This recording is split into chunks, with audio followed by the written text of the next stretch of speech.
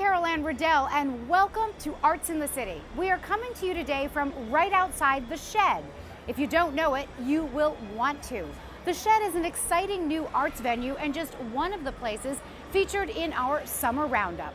As Donna Hanover explains, the art scene is sizzling with things to do in the warm weather, even on the rainy days. When it's summer in the city, the art scene heats up, and the number of venues practically doubles in size simply because it's that time of year. For example, here in Central Park, you'll find one of the most enduring series, Summer Stage, which features music, dance, and DJs throughout July and August. This year's program includes the Merce Cunningham Dance Group on July 17th, concerts with hip-hop legends Slick Rick, the Force MDs, and others, and salsa and Latin jazz legend Eddie Palmieri. Summer Stage also has programming that spreads throughout New York's other 4 boroughs. Celebrate Brooklyn is an outdoor concert series that's been running since 1979, attracting hundreds of thousands of people to Prospect Park. This year, another great lineup, including world music legend Salif Keita, cumbia superstars Bomba Estéreo, and more. Also outdoors, the rooftop concert series at Pier 17 is another summer must-do. The pier itself is drenched in history with the nearby Seaport Museum, but there is a long list of concerts through July and August, including shows by the Psychedelic Furs, Sheryl Crow, 21 Savage, and even a few shows in October to wrap up the season. The Afropunk Festival in Brooklyn is a 2-day event happening in August that celebrates people of color and welcomes everyone. Now in its 15th season, it features a wide array of culture, including music, fashion, DJs, visual art, and much more, and happens August 24th and 25th. And on rainy summer days, there's plenty of entertainment indoors. The Met is showing its annual Costume Institute exhibition, and this year's theme is camp. Take a look at the exaggerated elements of fashion through September. And you can also see Alicia Quade's steel and stone sculptures through October at the Met's rooftop garden. The Whitney Biennial is now on view at the Whitney Museum of American Art. This tradition showcases what's happening at this moment in art. The 75 pieces on display cover painting, sculpture, video, and much more, and showcase many emerging contemporary artists. This runs through September. And finally, The Shed, New York's brand new high-profile venue. This stunning new space will host a fascinating lineup of art throughout the summer, including a documentary on Beatrice Gonzalez, one of Colombia's best-known artists, a production from Maze, Masters of the Unique Dance Style Flexin, and Open Call, which highlights new work from emerging artists and collectives in New York. So that's a look at what's happening in the arts this summer. But we've only just scratched the surface, so get out there and experience all the arts New York has to offer. For Arts in the City, I'm Donna Hanover. Whether you're a seasoned dancer or not, you can learn the choreography made famous by Bob Fosse in a masterclass taught by one of his proteges. Our Tina Beth Pena joined the group and picked up a few moves herself. 6, 7, 8. We go 1, 2, and 3, 4, and 5, 6, 7. Meet Dana Moore, a choreographer and dancer who not only knew Bob Fosse, but worked with him at the height of his career. She's teaching a Master Fosse class at Steps on Broadway, where, like me, you don't even have to be a pro dancer to take the class. I love being a teacher so much, and I love sharing this work because the dancers out there are so eager to just to feel it, to do the work physically is just wonderful, but also to know where, our stories about how it was taught to us and teaching it how it was taught to us. It's a big task, but it's a very satisfying. The class focuses on Fosse's unique and idiosyncratic style that, regardless of a dancer's proficiency, takes time and repetition to master. It is very tricky and complicated and difficult to just know the little movements of the body. His choreography is full of that. They're very much informed by what we are saying, what we're thinking, what the world is we're living in. And what the story is that we're telling in the dance. And that's the wonderful thing about him, is that we were actors. Dana also explained the intent behind Fosse's movements when she was part of the team who reconstructed his choreography for the FX show Fosse Verdon, a series that takes a look back at Bob Fosse and Gwen Verdon's relationship. That's what we do, though, isn't it? We take what hurts and we turn it into a big gag, and we're singing and we're dancing. So what was it like working with Sam Rockwell and Michelle Williams? Either one of them came in as a trained dancer, but they are portraying these iconic dancers so beautifully, and you would not know that they didn't dance. They worked their butt off, and it was about drilling that one move until it was perfect, and that's kind of how we worked with him. Practicing those legendary Fosse moves until you get them right is exactly what a new generation of dancers are enjoying at the Fosse Masterclass. And hopefully, the FX series will steer even more dance aficionados to the class. It's stuff that we have been trying to do for years, to reconstruct material and have master classes and sharing the work. 7 years ago, it wasn't as fashionable. But with the FX, Verdon Fosse, and with more attention to Fosse's work, I just feel so grateful that it's happening right now. If you want to get your Fosse on, look for the next master class coming in the fall. For Arts in the City, I'm Tina Beth Pena.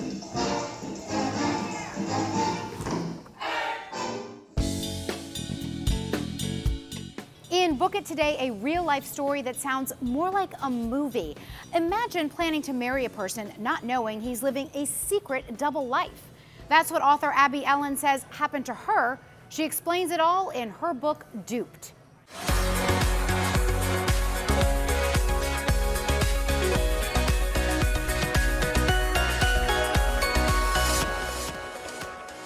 Abby, thank you so much for coming today. Thank you so much for having me. Your book is called Duped, Double Lives, False Identities, and the Con Man I Almost Married. Yes. So let's start right there with your ex-fiance. My ex-fiance was a pathological liar who ultimately went to jail. He was fabulous. He was a doctor. He was a Navy SEAL. He was in the Navy. He did secret operations with the CIA, and we met, and it was very quick, and we got engaged within like 5 months. And I wasn't quite sure if his stories were true or not. There were things I couldn't verify, and I'm a journalist, and so that was really difficult for me because I questioned everything. So I tried to cast my suspicions aside. And eventually, I couldn't live like that anymore, and I broke up with him, and I left, and a year and a half later, I got a phone call from NCIS, which is Naval Criminal Investigative Service, that there was a doctor who was writing prescriptions for narcotics, for Vicodin and for all these different drugs, Viagra, and he was stealing people's identities, and I was one of the identities he stole. So you use what happened to you as the jumping off point for the book, which really is a deep dive into how and why people live double lives. Yeah. How common is it, Abby? It's so common. I get about an email a day because people don't want to talk about this. They don't want to say, I was duped, because you look like an idiot. And in my book, I thought, you know what, I will look like an idiot here. I'm going to take one for the team because I don't really care, and there's nothing you can say to me that I haven't said to myself, and worse. And one of the things you talk about is the ability to compartmentalize. They do. And it really struck me because it's almost as if they kind of believe their own reality. Oh, they have to. They have to. The other thing is that in your brain, there are areas that light up when you tell a lie. The more you tell the lie, the less they light up. Huh. Which means you actually start to believe it yourself. So Abby, I have to ask you, because you talk about this in the book, that a lesser version of this happened to you again. It did. Which I thought was brave of you to talk about in the book. I will tell you why I added that in. This is in 2015. I met a guy in New York who basically he told me he was separated from his wife, and they were separated the way you and I are separated by, Right, a across the table. table. Yeah, exactly. They were not. Yes. They were not separated.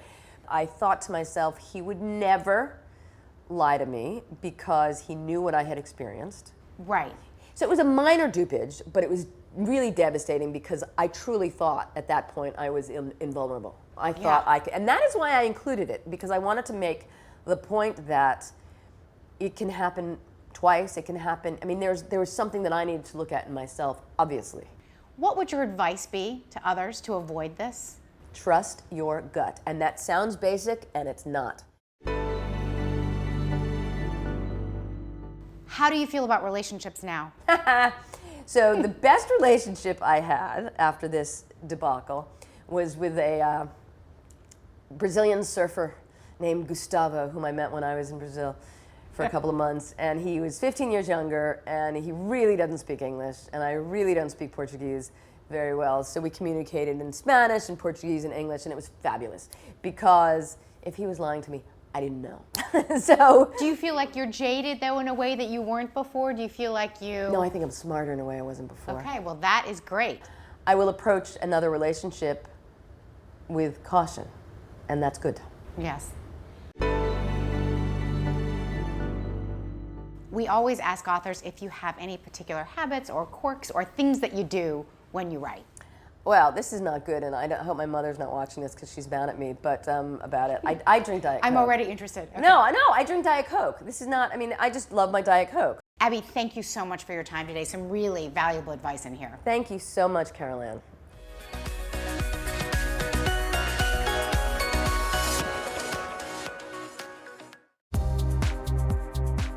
In Talking Pictures, Neil Rosen chats with legendary actor Julianne Moore about everything from living in the city to her new movie, Gloria Bell, now available for streaming.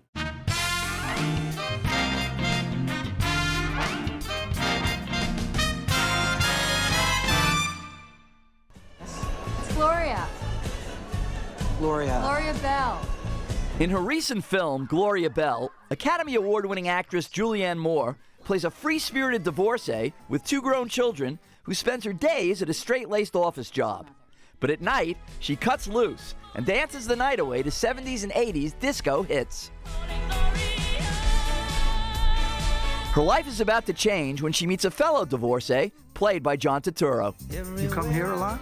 Yes. No, not a lot. I mean, sometimes. The movie is a remake of the 2013 Chilean film Gloria from the same director, Sebastian Lelio. Life just goes by in a flash, like that. I know. You tell me the same thing every 10 years. Did you see the original film before you signed on to do this one? Yeah, I did, actually. That's why I wanted to work with Sebastian. I was so compelled by his work and his worldview, and he's such a humanist, and yeah, that was why I sought him out.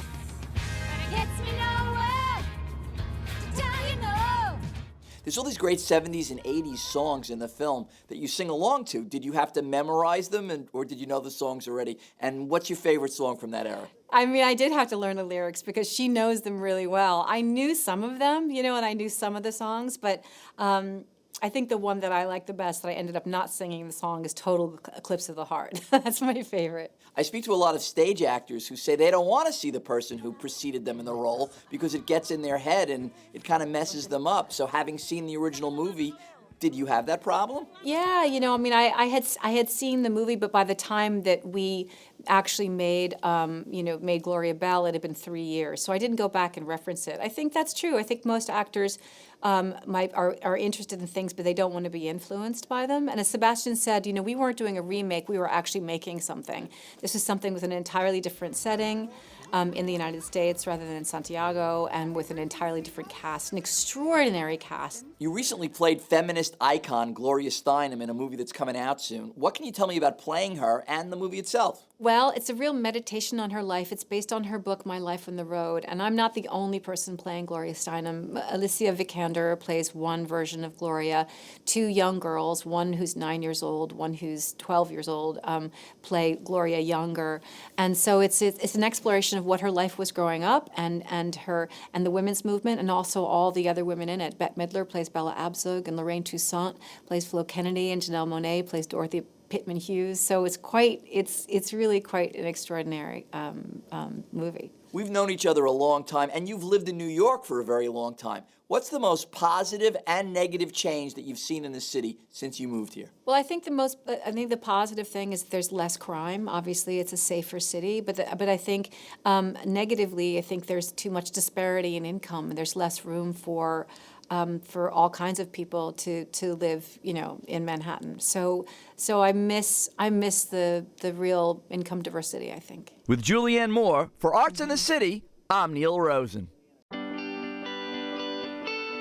New York City is marking the 50th anniversary of Stonewall, which gave rise to the gay rights movement. Donna Hanover investigates the world of theater and historical milestones for gays and lesbians along the Great White Way. She sat down with Pacheco, a best-selling author and writer on LGBTQ issues. So what has happened to the gay play in the last 50 years? The short answer, Donna, is that it's grown up. It's gone from internalized self-loathing homophobia to triumphant don't mess with me power. It's gone from casts of actors who were afraid that if they were in a gay play, their careers would be ruined, to casts of actors who were proud to be in a revival of a gay play like Boys in the Band, which was an all-gay cast. The Boys in the Band actually premiered off-Broadway the year before Stonewall, 68. That's right. It was a tremendous groundbreaking play. Nobody had ever seen anything like it. The images of gay prior to that, in terms of entertainment, were people like Paul Lynde, Liberace, and Charles Nelson Riley. So to be confronted with a bunch of gay men in an Upper East Side apartment celebrating a birthday, in which there was a school teacher, yes, an interior designer, and a whole host of different professionals gathered together in one room talking about their relationships, talking about sexuality.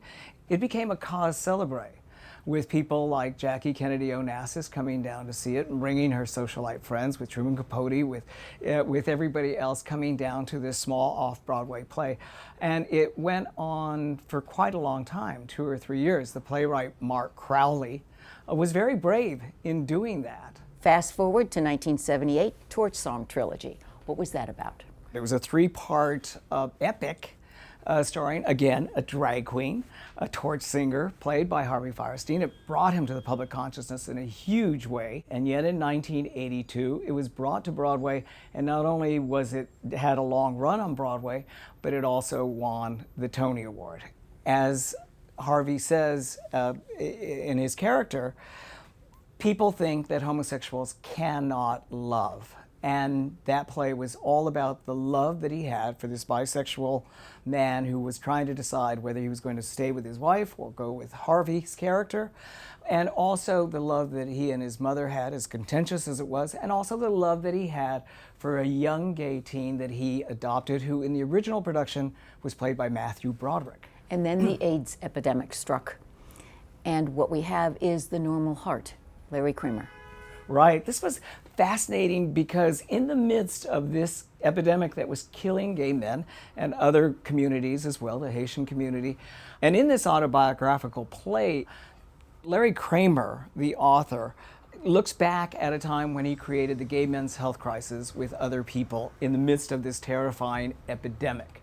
And what had occurred at that time is that Larry was absolutely balls out activist in terms of calling the government to task, indicting it in the most ferocious language for its inability to address the AIDS crisis. And this was pitted against other people who wanted a more conciliatory approach. They thought they could get more progress against what was a death sentence. If you had AIDS, you had it. It was a death sentence. It was beyond terrifying. What came next, about 5 years down the road, was Angels in America by Tony Kushner. It was this political and philosophical 7-hour epic in 2 parts that Tony Kushner had begun writing in the late parts of the Reagan administration and continued, and it finally debuted in the Clinton administration, interestingly enough. Within this kind of microcosm of relationship, Tony Kushner then goes on to explore politics, philosophy, religion, the power of God or the lack of power. At one point he even says, you know, we should take up and sue God for abandonment. Did you die? No, I'm here on business. And certainly people that were dealing with AIDS at the time and losing their friends felt that God had abandoned them. And yet there was this hopeful message that Tony Kushner created, because Pryor does survive.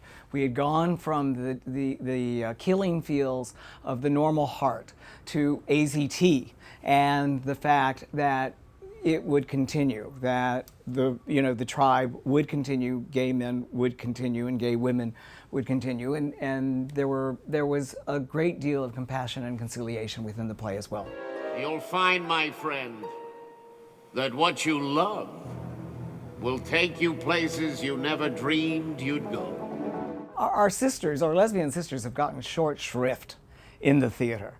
For some reason, everything seemed to generate toward gay relationships, male relationships. The miracle, the great miracle of Fun Home was that, again, it started at the Public Theater, where a lot of these plays started, and it was nurtured very carefully with Lisa Krong and Janine Tesori taking this Alison Bechdel graphic comic that she had created about her father, who was a gay man, a closeted gay man, having to deal with that as she herself is coming out of the closet and, falling in love in college. My dad and I both grew up in the same small Pennsylvania town, and he was gay, and I was gay, and he killed himself, and I became a lesbian cartoonist. I know that we've left out some of the fantastic musicals that deal with LGBTQ issues. Rent, La Cage aux Folles, Kinky Boots. Kinky Boots. That's Harvey again, to some extent. It's great that Harvey has become, quote unquote, mainstream. I don't know if he would think of himself as mainstream, but I think what you have to acknowledge is the great debt that we owe these playwrights, gay and lesbian, and these transgendered actors that have now been in plays like Gene Lee's Straight White Men. I think what's important is to acknowledge the great bravery of these writers and actors. So, as Tony Kushner wrote, the great work continues. Yes, amen to that. I'm Donna Hanover for Arts in the City. We love to end the show with a laugh, and we can always count on Barry Mitchell. Today he introduces us to comedian Caitlin Peluffo, who gives us her take on Jumbotron Hot and Thigh Gap, among other things. I'm not fat, but I'm also not thin. I'm very muscular, played a ton of sports, so I call this softball skinny. Thank you. When I decided to start doing comedy, I was going back and forth. Should it be a character? Should it be me? And it was so natural just to be myself. And it was way more fun. Ladies and gentlemen, the shy and retiring Caitlin Peluffo. Hey, Caitlin, you're a real beast out there. I saw you on Colbert, great spot. Thank you so much. And you immediately set your character as being sports-oriented, and how else would you describe it? Strong, loud, athletic. I would say physical and raunchy. I'm a bigger gal, and I am attracted to pretty men.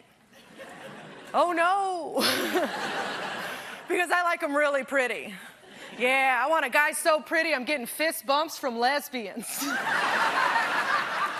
And when did you decide to make the transition to comedy? I was about 2 years out of grad school.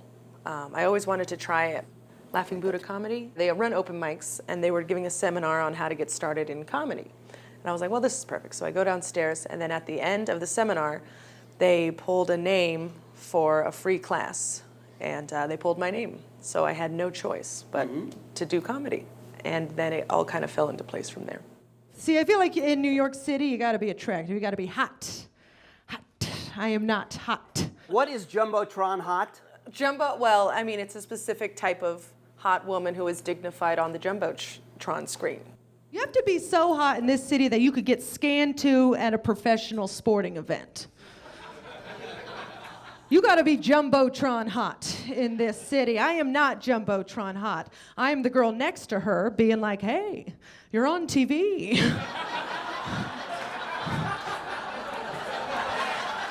You don't have an agent at the moment?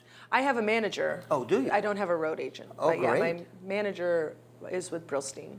Really? With Brillstein? Well. Is that fancy? Yes. Is it? Yeah. Oh, well, look at me. Look how she tosses it off. Look at me. Okay. My manager's with Brillstein. That's very good. I have never in my life had a thigh gap. I have, however, created holes in my jeans from my thighs. Your dad is a comedy fan, you tell me. Huge comedy fan. And it meant a lot that I was able to do this show, my first late night debut at the Ed Sullivan Theater. He flew out from San Francisco along with my mom and my sister, and I was able to take my dad backstage. And he got to walk across the Ed Sullivan stage. It went swimmingly, and then I got off stage, and he was the first one I hugged. Thank you guys, have a good night! Thank you! I'm going to Jamestown, New York for Lucy Fest, the Lucille Ball Festival through the National Comedy Center. That's gonna be August 8th, 9th, and 10th. Best of luck to you. Caitlin Peluffo, everyone. Thank you so Tell much. us your website where we can find you. Sure, at Caitlin Peluffo on Instagram and Twitter, and then CaitlinPeluffo.com. And you're watching Arts in the City. That is our show for today. Thanks so much for watching. You can find more information on all the stories we featured on our website. And remember, we are online whenever you need your New York City arts and culture fix. I'm Anne Riddell. See you next time on Arts in the City.